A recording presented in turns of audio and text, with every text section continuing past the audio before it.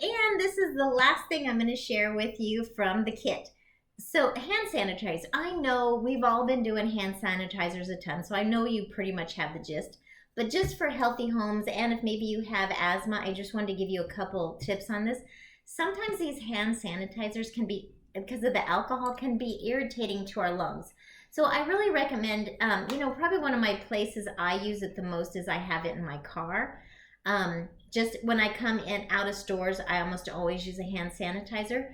Please use a hand sanitizer before you shut up your car or roll down your or if you do get inside, roll down your windows.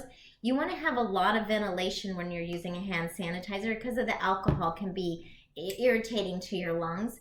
So make sure you have ventilation. So I just just put it on before I shut the door or I roll down the windows. That's how I use it, but that's where I use it the most.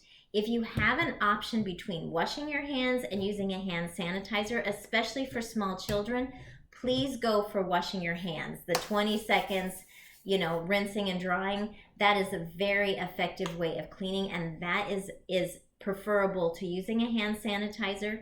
But if you're going to use a hand sanitizer, which is also preferable versus having germs on your hand, then make sure you go ahead and give it 20 seconds of rubbing your hands, but make sure you have a little ventilation on that, and that will help if you have any kind of lung condition. So stay healthy out there, and Happy New Year to everybody.